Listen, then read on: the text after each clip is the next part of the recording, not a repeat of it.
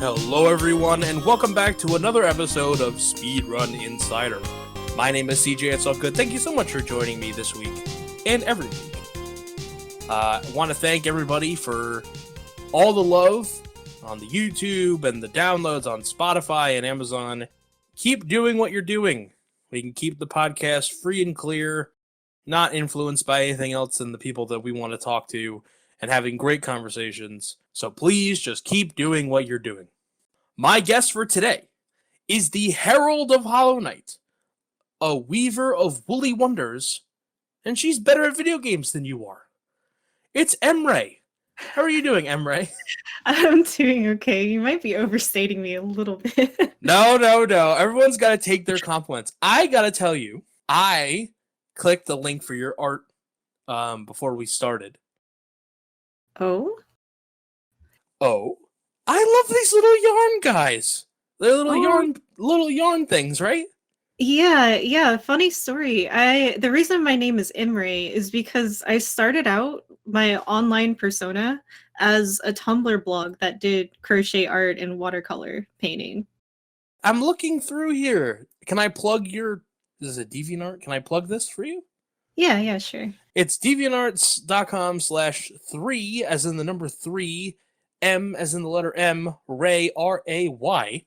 I'm looking at a little Hollow Knight, got a little Dratini. I think this is Bayleaf. I get the water. This is some really cool stuff here. Yeah, they're super cute. I used to do commissions and oh wait, I'm not sure if you knew about that. A couple of my dolls were actually giveaways in the last SGDQ for the Hollow Knight. I did not know that. Yes. I can actually link you that tweet later. Ooh, yes. Like. Oh, is this a shiny Venusaur or Ivysaur? It's like white. There's some really cool stuff here. Wow. All right. I didn't hype you up enough. I don't know what you're talking about. You guys should totally check this stuff out, because this is some really cool yarn-looking stuff, man. But, all right. We got off on a tangent, I gotta say. Big fan of that. That's not why we're here today. We're here today to talk about speedrunning stuff and speedrun adjacent stuff only. Just kidding. When do we ever talk about just speedrunning stuff? But I am interested in what games did you play when you were younger? What sort of is your beginning in video games, as it were? So I'm very lucky in that I was born in the year 1991, which was like it put me at the peak of the Super Nintendo, right? So my mom got my neighbor to babysit me one time, and apparently I sat there for 5 or 6 hours and did nothing but play Mario when I was like 3 years old. So my mom got me a Super Nintendo, and the two games that I remember that stood out to me whenever I was that young were Killer Instinct and Super Metroid.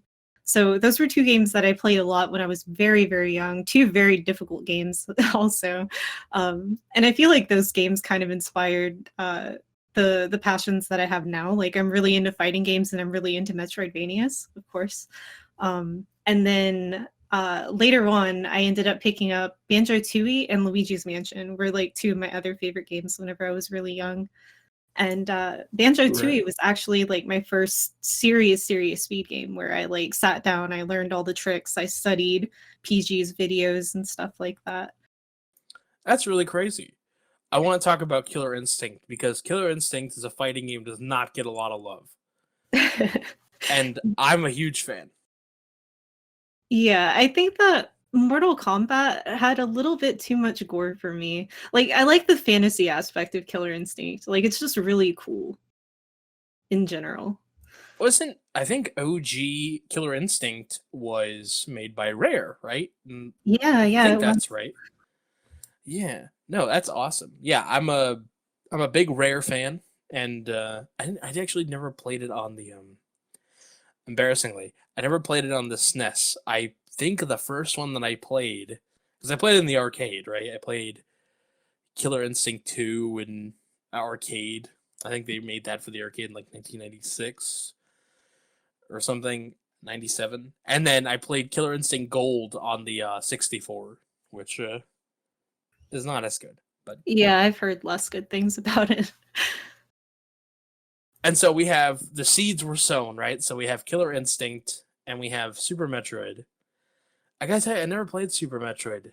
I still actually haven't, but Wow. Do you have a Nintendo? Like a Switch? I do have a Switch. It is on Switch Online. That's actually how I played it again recently.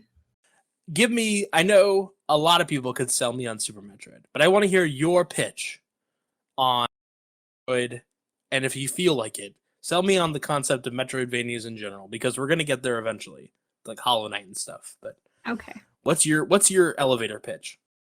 Uh it's really, really good. Like all of these Metroidvanias, including Super Metroid, what makes a really good, well-designed Metroid or Metroidvania is the fact that you can go anywhere you want at any point in the game. You have the freedom to explore. You can get items in any order that you want. Nobody's playthrough is ever exactly the same with a well-designed Metroidvania. And That's that's my favorite thing. is that everybody could have a unique experience Yeah, playing the yeah. same game. I love watching people play Hollow Knight casually, even though I have like 2,600 hours in Hollow Knight. I still don't get tired of watching casuals play it because it's always different from like, the other person. Yeah, we did a video on Hollow Knight True Ending for Speed Docs, and we watched it, and I think it does happen. I'm gonna admit this is the curse of the world record history maker, is that you look at all the videos so much that you only ever see the makes, right? You only ever see the ball going in the net. So you're like, oh wow, this doesn't look too hard. And then I think CC tried playing it.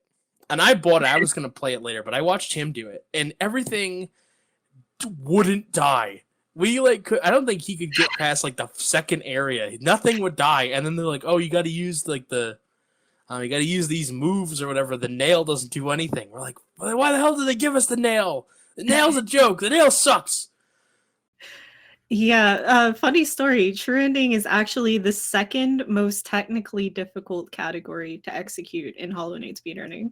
So to me, as a Hollow Knight speedrunner, the fact that you guys tried to do that is hilarious because it's insanely hard.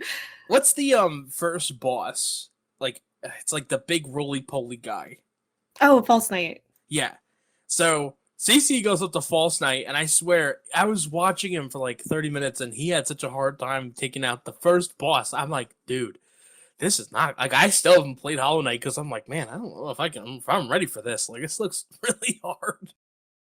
I mean, if you're playing patiently, it's casually okay. Like it's still hard. They're still gonna beat you up, but it's it's whenever you're trying to go fast in the speed run that's what makes True Ending so difficult because you have to like use your spacing to line up double hits and stuff like that. Especially with like the Dream Warrior bosses, like the Grave guys. So that kind of stuff is mostly what makes it a really difficult category. That's where a lot of new True Ending runners lose a lot of time on boss fights, like not doing proper spacing and things like that. Yeah, it's like one of those things like you can't do it just because you watch a lot of it. Like for us, the video maker, right? It's like that you can't do it, but you think you can because it looks so easy when they do it. Like the runners make it look so easy. You Hollow Knight speedrunners make everything look so damn easy, and then you try to do it, and it's like, oh man, it's not easy at all. Yeah, I get that a lot. You also mentioned Banjo-Tooie, which I also I played a little bit. I liked Kazooie a lot more because the levels were a lot smaller. And like it was like more it felt like more like channeled. Like everything was more channeled into like all the spirit and energy was channeled into like one like smaller areas. I think that's like one of my favorite things about smaller level design is like all the cool stuff is like close by.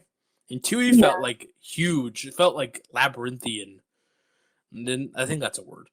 And I had a hard time navigating it. I had a hard time navigating it as a child and an adult. I see. Yeah, I liked Kazooie, but I have a history with Kazooie. So like here's the thing. Every time I would try to play Banjo-Kazooie from ages 7 to 18, something horrible would happen. So like there was one time like it crashed on Rusty Bucket Bay and I lost all of my progress, so I just quit playing the game. There was something similar that happened to that like later whenever I tried to play it as a teenager. And then there was one time that I vividly remember. I was living in my great-grandmother's garage at the time. And I had my computer in the garage with me and I was trying to play it on emulator and it just like blacked out the garage. And I lost all of my progress. And I was like, you know what? I'm just never going to play Banjo-Kazooie then. That seems like an omen. That definitely feels like a calling from above. Yeah, I'm just going to play Tui. So, wait, so I'm going to... Well, I don't want to bury the lead here. I'd be a bad podcast host if I did. So you were in your was it your great-grandma's garage or grandmother's garage? Oh, great. Okay. So you're in your great-grandmother's garage. You're living in her garage. How do you get there? So I have had a very, very wild life. So if you really want me to cover all of that, I can. I mean, go ahead. So the floor is yours. I don't know my dad. I'm quarter Japanese and quarter Indian on my dad's side. But that's all I know about him. I know his name because my mom mentioned it to me in a letter, and I've kept most of that basically a secret from my family. My mom died of cancer whenever I was 6.5 years old, and I was adopted by her aunt, who I call my stepmom. And my stepmom was fine, but my stepdad was physically abusive. And well, no. Yeah, they basically had me like locked in a room, and I left whenever I was 15 years old. So I was like living in random different places between the ages of like 15 and 19.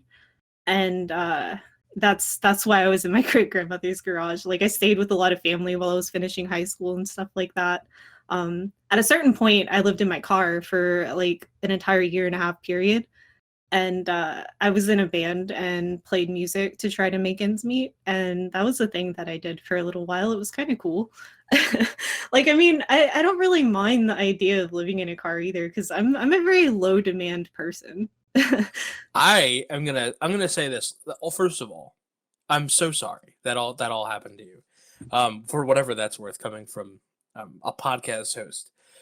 One, but two, I gotta say, I've met a lot of people that have lived in their cars, and aside from like, oh man, it was rough there for a little bit. I was living in my car. When people tell me their story, the part that sucked wasn't living in the car. Like the car living experience isn't ideal, but it was like not the worst part of their day, the car part. Yeah. I think that the rock bottom point for me during the time that I was living in my car was like I was completely out of money. So I went walk around the mall and picked up change to go buy a Snickers bar from the gas station, and that's what I ate that day. Like that's the worst that it ever got, and I still don't consider that like the worst thing that could have happened to me, because I was a little girl and I was homeless, right? Like there's so many worse things that I could have dealt with, and I do feel pretty grateful for that. Well, oh my gosh. A Snickers bar though? Yeah. Is that like your S tier candy? Like you're going like, why is Snickers? Definitely. You're like, oh man, it's got nuts in it, so I got that protein, right? I get the protein pack. Like I really didn't think about the nutrition aspect, to be honest. I just wanted a Snickers. I don't know. Yeah, I hear you. Wow. That's a wild story. That's super wild. I mean, like sometimes on my own stream I'll tell stories from my life, because I mean that's not it. That's just like the halfway point of the last like 20 years or so, you know? So like, well, hey, if you want to keep going, I mean, in for a penny, in for a pound, right? No, it's okay. It gets a lot messier after that point. There was a point where I was married and I got divorced, but we were still living together for a while. We were roommates for a while. And during that time is whenever I started playing Pokemon XY a lot.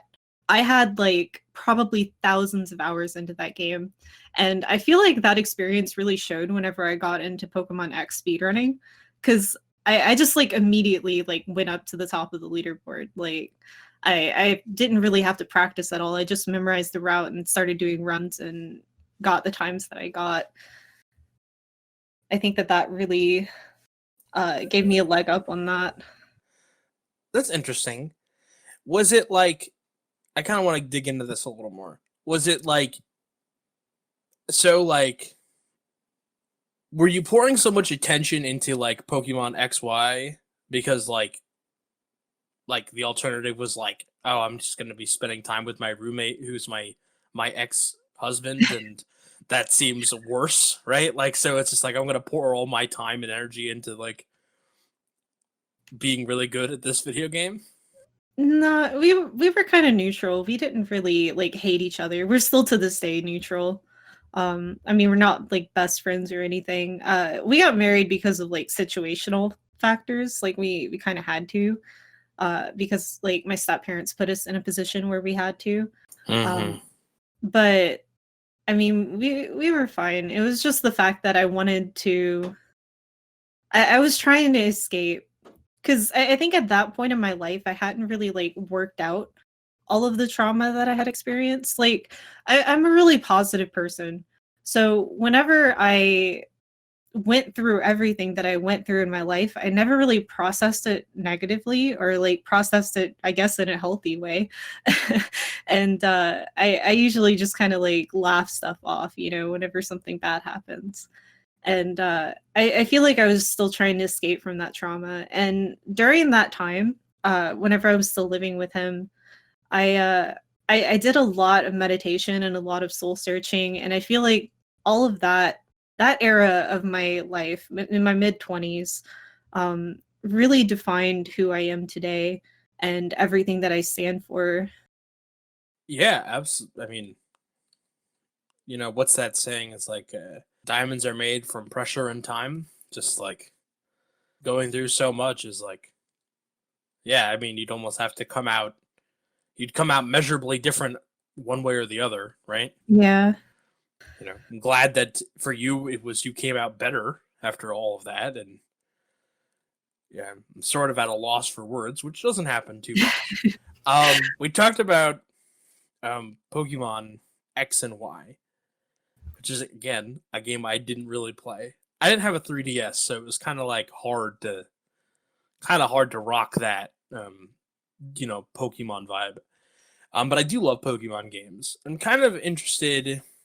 Was that your first speed game? Was that like the first one for you? That was the first one that I like actually submitted and streamed and recorded runs. Like so I had an experience whenever I was a teenager, where I would play The Lion King on emulator with my PC timer, like the clock timer thing.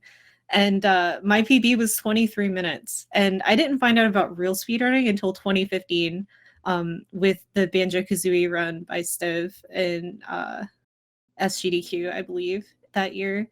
So that was my first experience with actual speedrunning, and I was like, oh my goodness, people do this? That's so insane. Right. And yeah, after that point was whenever I got into TUI, but I never like recorded or made myself known within that community outside of like PG. And so yeah, Pokemon X was like the first time that I really like got myself out there as a speedrunner. Yeah. Talk to me about what is this? What does a Pokemon X speedrun look like? It is a 20% simulator. Okay. It's horrible. Okay, so you start out the run. You don't want to chest spin with too bad a speed, or you can't run away from encounters. You don't want to chest spin with too bad of attack, or you won't be able to two-shotting the two battles that you have to do. And then immediately after that, 8 minutes into the run, you have to get a 20% encounter for Bunnelby. And we have to use that Bunnelby to trade for a Farfetch'd that we use for the entire early game. And then after, if you manage to be lucky enough to survive the Farfetch section, at 50 minutes into the run, you have to catch a 20% Hawlucha, 20% encounter, and a 20% catch rate. That's awful. It's so bad. And then like you're praying that Hawlucha doesn't have terrible stats too. And then it gets better with the Lucario section. Like once you get Lucario, it's fine. But so like that's the first hour. Yeah, You gotta do that in the first hour. It's a 4-hour game. It drove me insane. God. It actually drove me insane. He's made jokes for a really long time, like, when are you gonna get XY world record? And I was just like, literally never. It's not gonna happen. My gosh. What is the world record? The world record's a 342 right now. It was set in 2017. Yeah. So funny story about the Pokemon community. There is a runner named IMAX1UP who actually has the real world records in both Oras and Pokemon XY. He is a true god gamer, but he disagreed with the IGT to RTA change back whenever they did that in, I believe, 2016 or so. Mm-hmm. So he just removed his times, and he still runs the game occasionally. Like both of those times that I said are pretty new. Much newer than the other world records that are on the board, except for Sin Stars. But yeah, he's actually got the world records. We still respect him quite a bit. Absolutely. I love and I hate people that take a stand for stuff. Because I love that it's like, hey man, I don't agree with your rules. I ain't gonna play by your rule. I'm gonna take my rule. I'm gonna go, right? I'm gonna take my shit and I'm gonna go. And I love that because it's like, yeah, man, fight the power, right? But I hate it because I'm like, I want to know what the real record is now. I gotta like go after this podcast. I'm gonna go watch the video, like compulsively, gonna go find it. You know, and I'm like, man, I just wish I could just like in this moment right now, this moment that you and I are having, look at this board and have it be real. It's not real.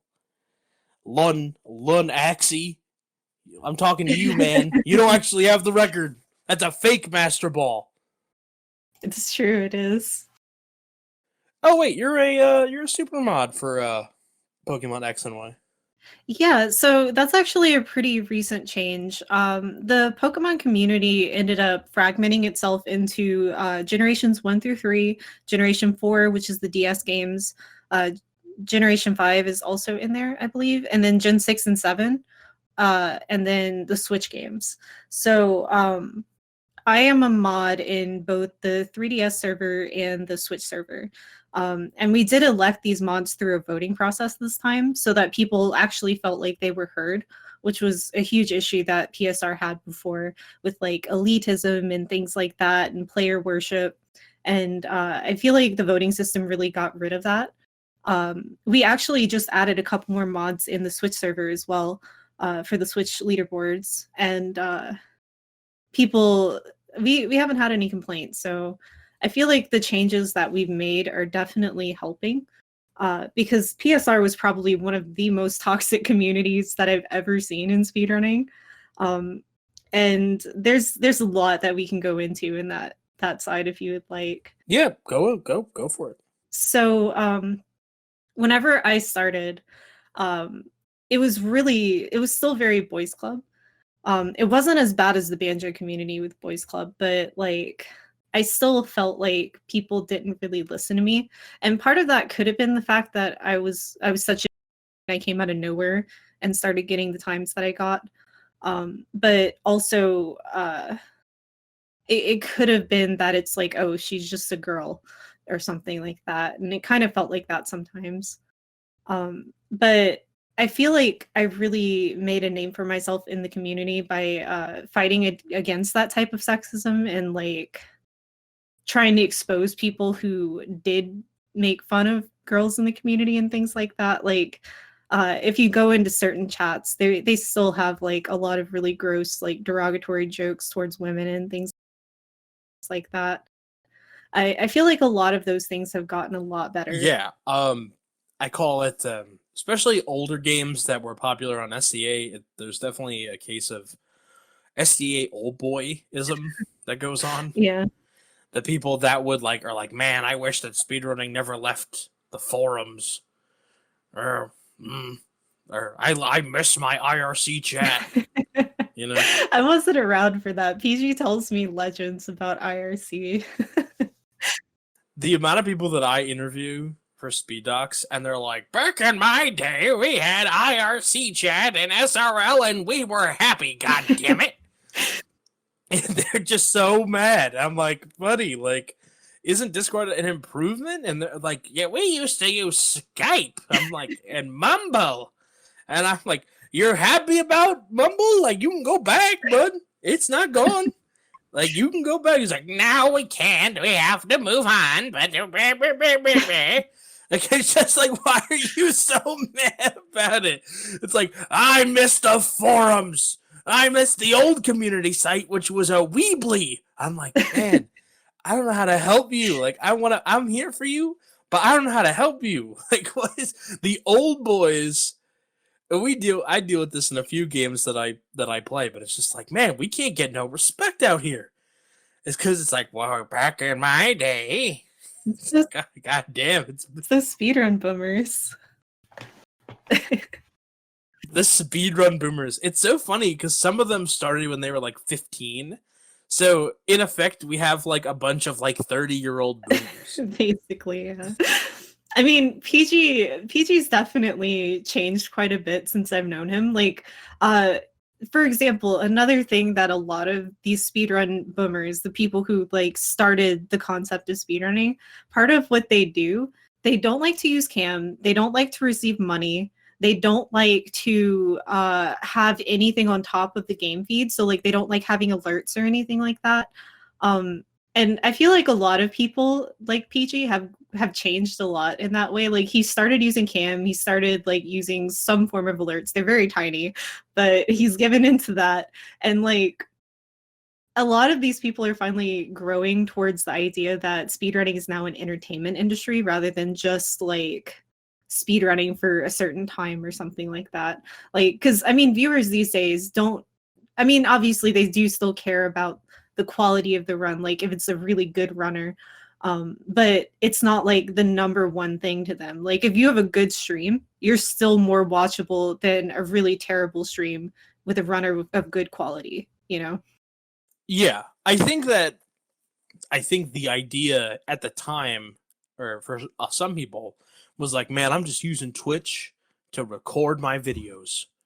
Right? It's just like, I'm just gonna use it, and then it's already uploaded, right? That's my bit. And then it's like people started watching, and it's like I ain't changing shit. People are watching, and they're watching me, with my shit feed, and I'm not changing nothing, which I think is really funny. It also is like, it's super old boy.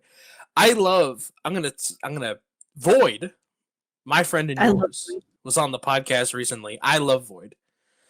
I love his accent. I love everything about Void. I love his accent. I love his emotes. I love his stream is like super chill. But I remember I subscribed. That's what it was, and I didn't see any notification. I'm like, oh man. And he doesn't have notifications on. I think now he has like a little thing on the bottom. But I was like, man, he ain't got no notifications. And he's like, nah, man, I ain't doing that. I was like, no. Sorry, gamer. I apologize. I'm like, no, he's on the dark side. No.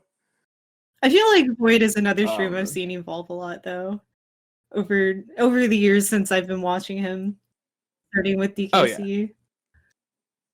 Yeah, I think so. I love that he's never gone away from the black and white cam. I love that. I do like a semi black and white cam. It looks really good. I was on a podcast a couple of days ago, I think. And he actually asked me about that. Like, do I do the black and white cam because of people like Void, or like what's my reasoning for it? Because he mentioned that someone else that he had talked to on his podcast said that their excuse was that it made the game pop more.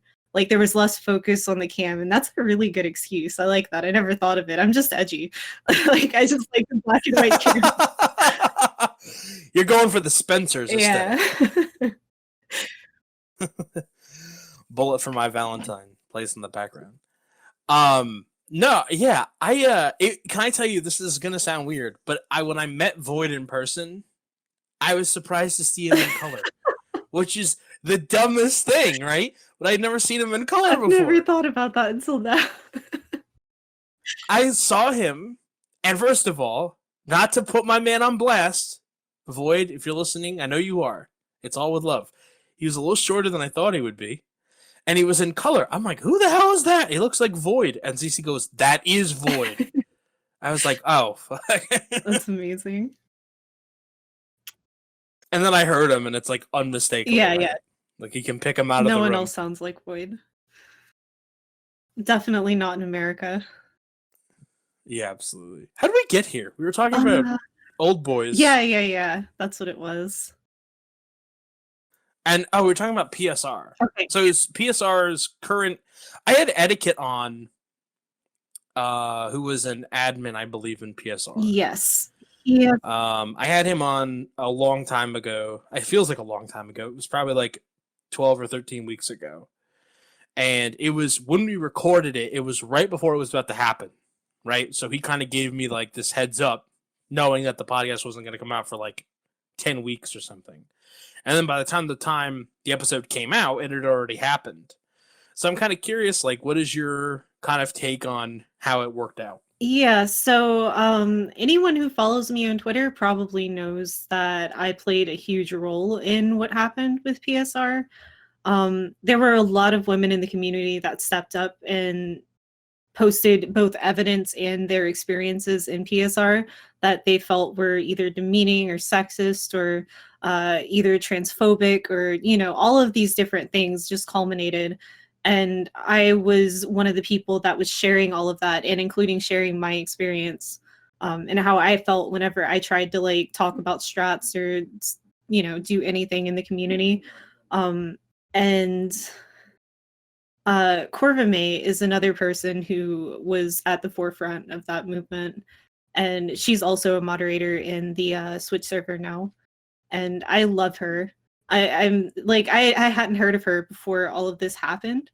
And she's now one of my best friends. And so through that movement, I've actually met a lot of people that I hadn't met because everything that happened in PSR, I felt like I was ignored.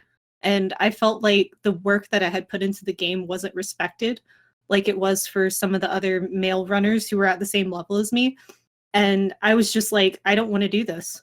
Like it's not fun for me because people don't care about me. And it was really frustrating. So I quit. And that's why I didn't know a lot of these new runners. I was really, really happy whenever I came back and I had seen like all of the changes that had taken place. And I'm really glad to be a leader in the community now.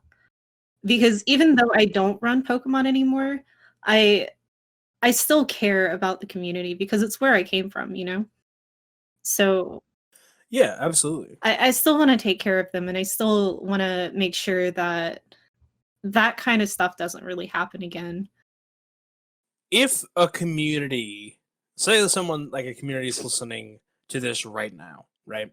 Hypothetically, what can they do in their community that would make their community better than it is now? And I guess on top of that, I'm curious, like maybe modeling it after like what PSR did, or what is something else that maybe PSR doesn't do that someone could do to make their community better and more inclusive and more safe for women and other, I don't want to say other minorities, but minority speedrunners.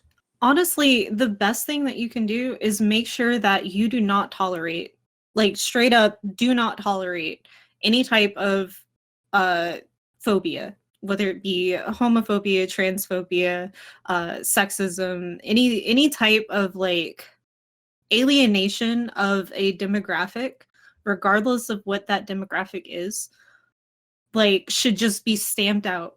There should be some sort of punishment. Doesn't have to be a ban. just show that it's not something that you're willing to tolerate. Because if the leaders of the community show that that's something that they're not willing to tolerate, then the people who are watching from the shadows, like I was in the banjo community, like I said, I didn't make myself known because I saw how these people talked about women. So I just never said anything, never even made my name visible, never submitted runs, never recorded. Those people are watching you. There's always people who are interested in the game, and they see that. So it's really important to not tolerate it to any degree. Yeah, absolutely. To the people that personally knew him, I do understand when I hear things like that. You know what I mean? Like, I do understand when you're like, how could someone do something like this? Like, if you told me my best friend was a Nazi sympathizer, I'd be like, what? JR? Sprechen Sie Deutsch? What? Yeah. So it's like it breaks like what you think is possible. yeah. And that's like the one thing that I am a little sympathetic about, but at the same time, these people in that situation have to come to grips with it. Like, I didn't want to bring this up, and I don't want to stay on the topic for too long. But visuals said some horrifically racist things about me. Specifically, whenever we were still best friends, I was a moderator for him, and this took place in his Discord. We were huge metalcore fans, both Speedrun and Hollow Knight. We had everything in common, and then he said these things, and I was in shock.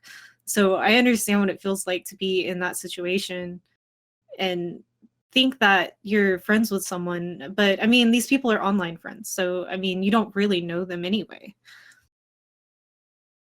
Yeah, absolutely. Well, that was a lot. There was a lot there. If this is the hoagie, right? If this is the hoagie of the conversation, man, we just hit like a part where their meat is like layered 3 deep, right? We just hit a big chunk of the hoagie. Let's get to some condiments. Let's get to some like lettuce, some tomatoes, some cheese. Let's talk about Hollow Knight, because you're the Hollow Knight Herald, as I previously mentioned. And I want you to talk to me about Hollow Knight. We briefly talked about it. I want you to really talk about this game that's special for you. What is it about this game that really resonates with you? Because you've spent a lot of time speedrunning Hollow Knight, and you showed me the little plush guys. I don't know if plush is the right term, but you showed me the little plush dudes that were at SGDQ, which I saw and I loved, by the way, and I did donate for them. And I never donate, but they were really cool. So I kind of want to hear what is it about Hollow Knight that really resonates with you? So I am obviously very edgy, and I love edgy little things. And the way that I discovered Hollow Knight was somebody posted Zeph's grub jar emote in PG's chat one day, and I was like, what is that? So I clicked it, and I went to Zeph's channel, and I watched a little bit of her VOD, and I was like, oh my goodness, this game is beautiful. Like, it was an emo kid's dream, right? So I bought the game with the intention of speedrunning it, because my first experience seeing Hollow Knight was a speedrun. And I played like halfway through semi-casually, and I was like, that's good enough. So I started learning the all skills route. And so I bought the game in like February and actually played it over the summer, and then started learning the speedrun in September. And I've been speedrunning Hollow Knight since like the end of 2018 at this point. When did the game come out? Early 2017, I think February 2017. Actually, this coming Wednesday, from today, because today is the 19th of February, the 24th of February is Hollow Knight's 4th birthday. Ooh. And we're actually hosting a huge tournament, or not tournament, a huge marathon, including a relay race in the Hollow Knight community to celebrate it. So that's going to be fun. That'll be really fun. If you're listening to this podcast, you can check out the VODs for those, because it'll already have happened. Yeah, of course. You play a lot on the Switch, right? I know I do see some PC activity here, but you play a lot on the console too, which is something that not everybody in the community does. Yeah. play on So both. the reason that happened, I started out as a PC runner. I've basically exclusively run PC. But one of the things that I pride myself on is I'm a leader in communities. That's one of the things that I do. I care a lot about helping people. I care a lot about teaching people the game. I make a lot of guides and things like that. And people would come into the Hollow Knight Discord and ask questions about console, and they'll be like, "Oh, I can't keep up with PC," or "Oh, I can't do this because I'm on Switch," or something like that. And that really hurt me. Because like, okay, you can't lever skip because you can't down patch, but like that doesn't mean that you can't play the game. So I went through all of the different categories for the Switch version, routed the current patch versions, and then speedran every category to try to inspire people to actually run it. And then after that, I did the run for Frame Fatales, and also brought in a little bit more traffic to the Switch leaderboard. Now we have a pretty active console community. So a lot of what I did there running console was to try to help the community. Yeah. Yeah, I mean, that's awesome. I think real leaders definitely lead by example, and they lead from the front. You know, they lead kind of like, hey, I'm doing it, so you can do it too, you know? Yeah, exactly. I really admire that about people, and the analogy that I always give is that I work at a car dealership, and I live in the Northeast, so it snows a lot. And in the winter, when you have 600 cars, you have to clean them off, right? Like the snow doesn't melt, and it does, but it doesn't. And so we always get these storms like a foot of snow or 2 feet of snow. And you'll see the owner general manager out there cleaning off cars. Foot of snow, 15 degrees, 8 in the morning. Sun isn't out. He's out there cleaning off cars with everybody. So it's like, if he's out here doing it, you bet your bippy you should be doing it. You know that you're in good hands, right? You're like, know what you got to do. So I always really think that that's like the best way, and I think that's something that not a lot of speedrun leaders do. I don't think there's a lot of great speedrun leaders, to be honest with you. I think that a lot of people kind of just do their game and kind of move on, you know? Yeah, that's valid. I mean, a lot of people do view this as a hobby too. Like for me, this is my full-time job. So I do have a lot more time and energy to put into that kind of thing. So I mean, it's different kind of perspective. Like either you're doing this for fun or you're doing this because this is what you do, kind of thing, you know? I don't think we should downplay it. There like people like stamp collecting is a hobby. There's leaders in stamp collecting.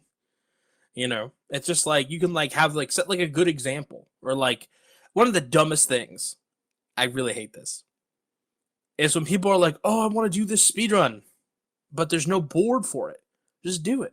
Yeah. There doesn't need to be a leaderboard. Just do it. You think it's a fun idea? Okay, go ahead and do it. Be the one to make it. Yeah, exactly. You think it'd be really fun if we didn't get Lucha Hawk or Ha Lucha in XY? That sounds awful, but go ahead. I had Ty Kevin on, who's another Pokemon guy, and he said to me, "Hey, if you want to run Chansey only in Pokemon Red, go for it. We're not going to add to the leaderboard, but you should do it if you want to do it." Yeah, actually, a funny story about Pokemon X. I routed a category called 80%, 20% list. And the category starts off after you get Hawlucha. With a runnable Hawlucha. And so it just has a save where you have the good Hawlucha, right? Yeah. That's pretty great. There's a piece of run killing RNG in Pokemon Snap. So I said, guys, what if we just don't do it? What if we get a different Pokemon? But the Pokemon you would get is Jinx. So I called it Jinx %. It's any %, but you get rid of the run killing RNG. And everyone's like, that's an awful idea. So I begged, borrowed, cheated, and stole, and I got people to do like runs of it. And now it's a real category. It went from my little baby spreadsheet into a real category. Love it. It's awful. It's an awful category. Don't run it. Just do any %. Just honestly. What's your favorite Hollow Knight category?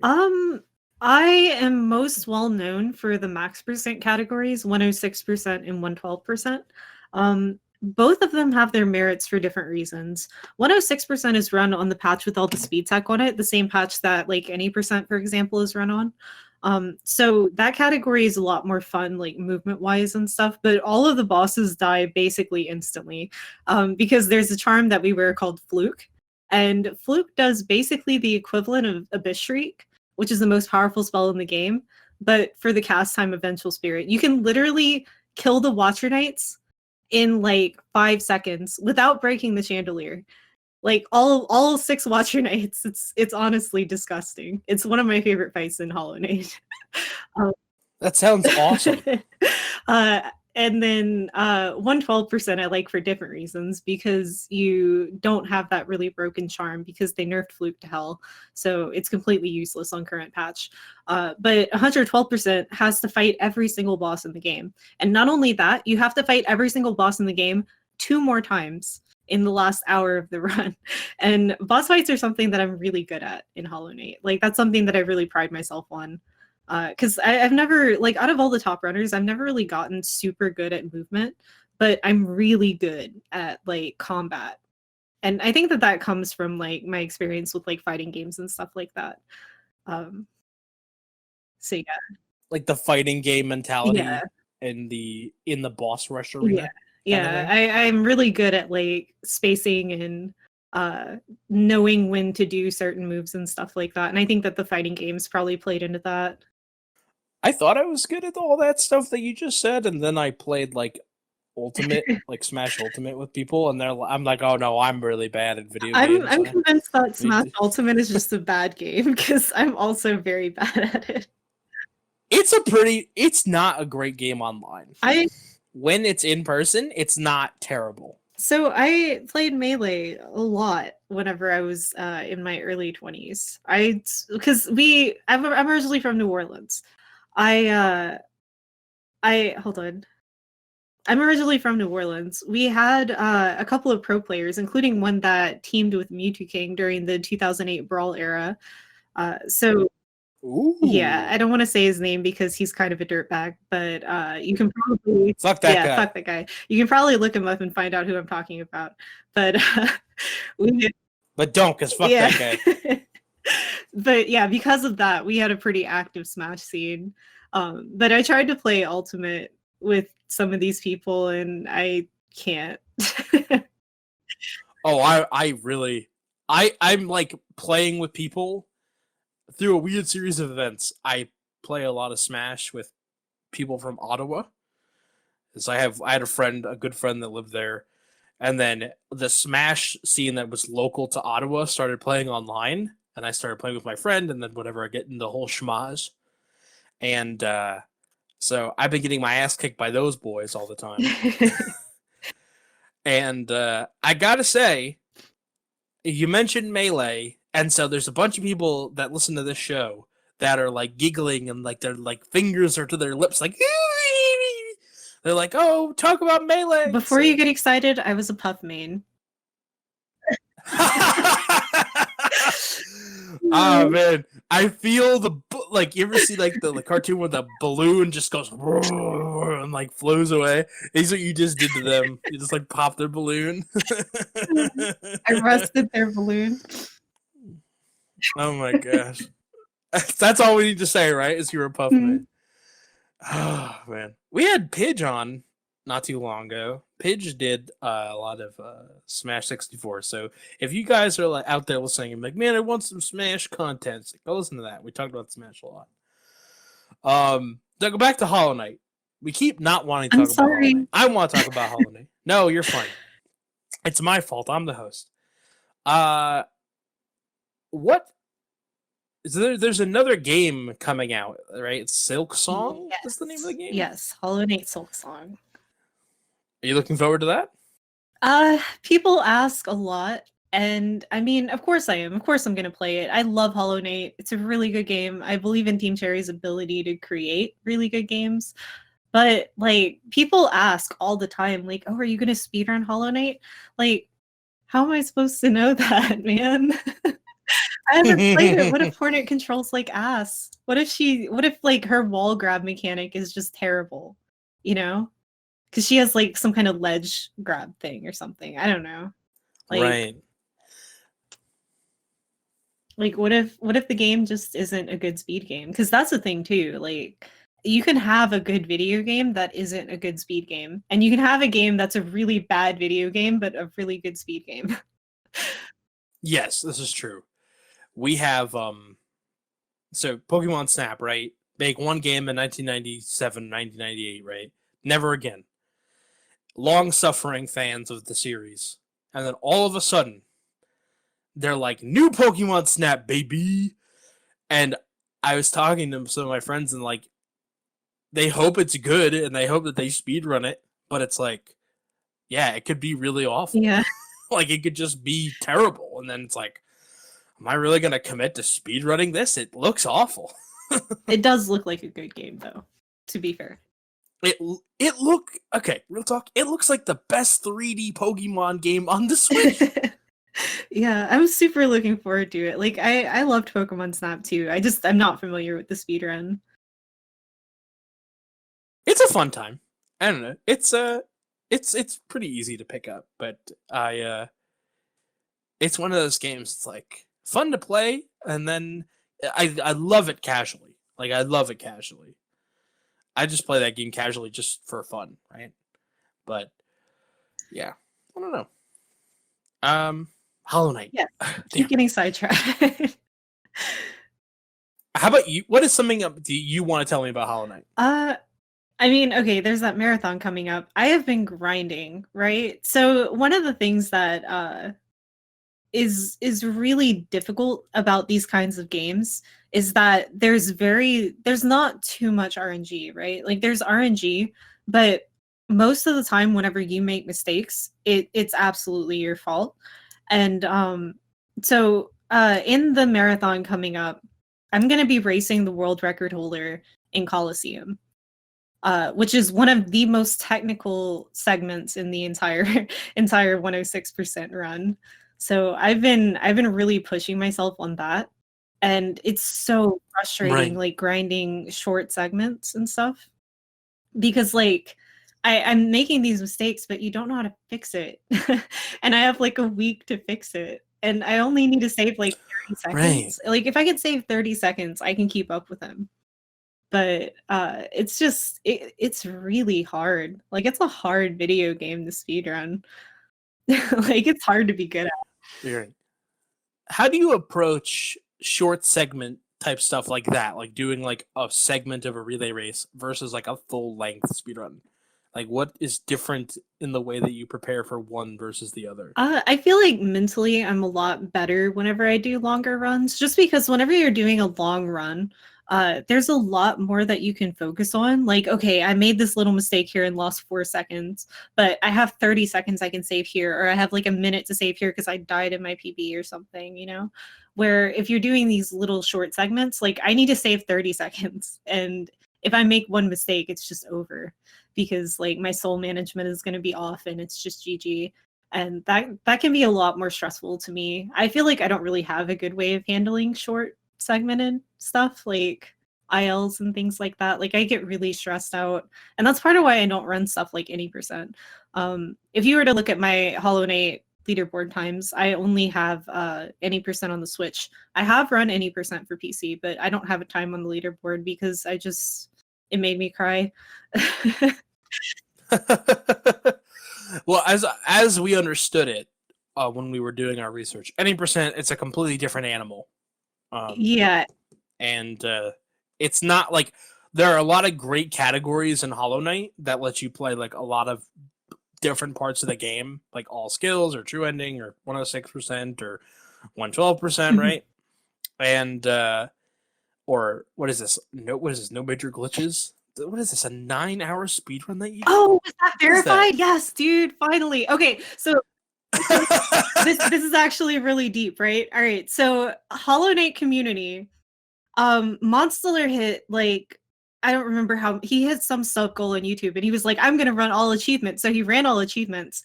And then I got Twitch partner, and I was like, I'm running all achievements. And then Axe2U got Twitch partner, and he's like, I'm running all achievements. And then Scary got Twitch partner, and he's like, I'm running all achievements. And now it's like a partner celebration. But since we have so many verifiable runs, we decided to put it on the leaderboard.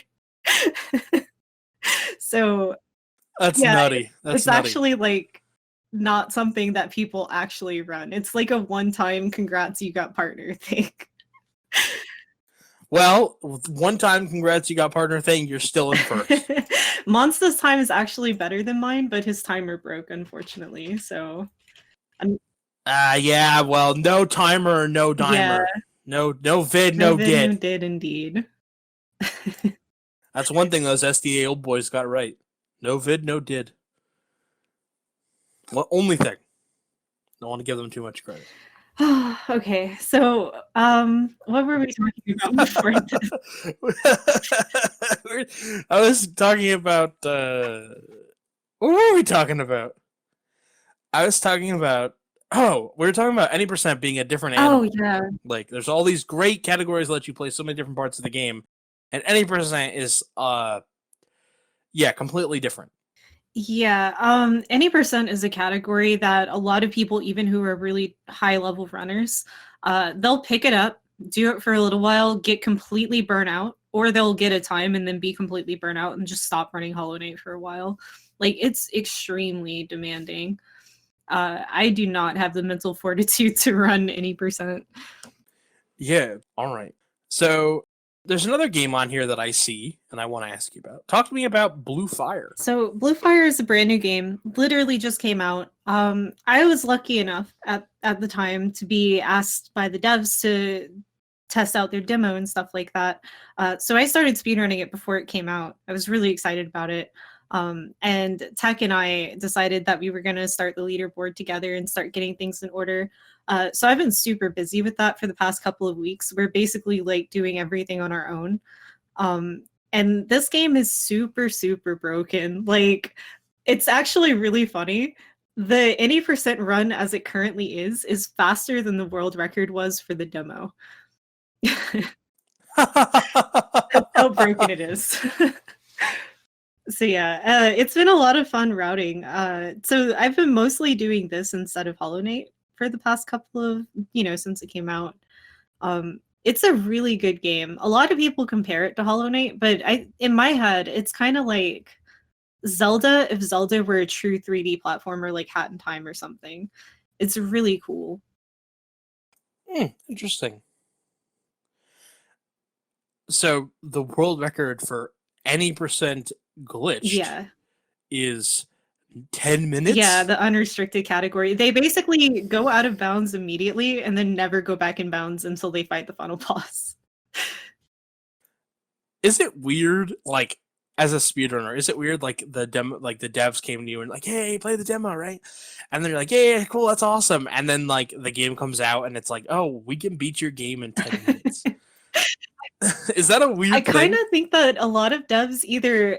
It depends on what you do to break their game. They either hate it or love it. Like, there was one glitch that they actually use in any percent unrestricted called Dyna Dashing, which they basically use a dash to get float, and then that's how they get out of bounds. And the devs patched that. They didn't like it. It's gone. It's not in current patch anymore. So break our game as long as you break it the way we like you to. Yes, because there's a lot of good tech that we use that they actually did keep in the game. Like there are a bunch of different other forms of float. Like there's floats that you can do with spells. There's a very minor float mechanic called moon jumping, which is allowed in NMG because it's that minor. And like there's a lot of tech that they actually really like. They like the speedrunning community. They care a lot about keeping the game fun to speedrun. And that's part of what I really love about speedrunning indie games in general, because indie devs have that privilege to be like, to have a relationship with their speedrunning community, Where like, say, a AAA game like Pokemon, they literally do not have time to care about speedrunning at all.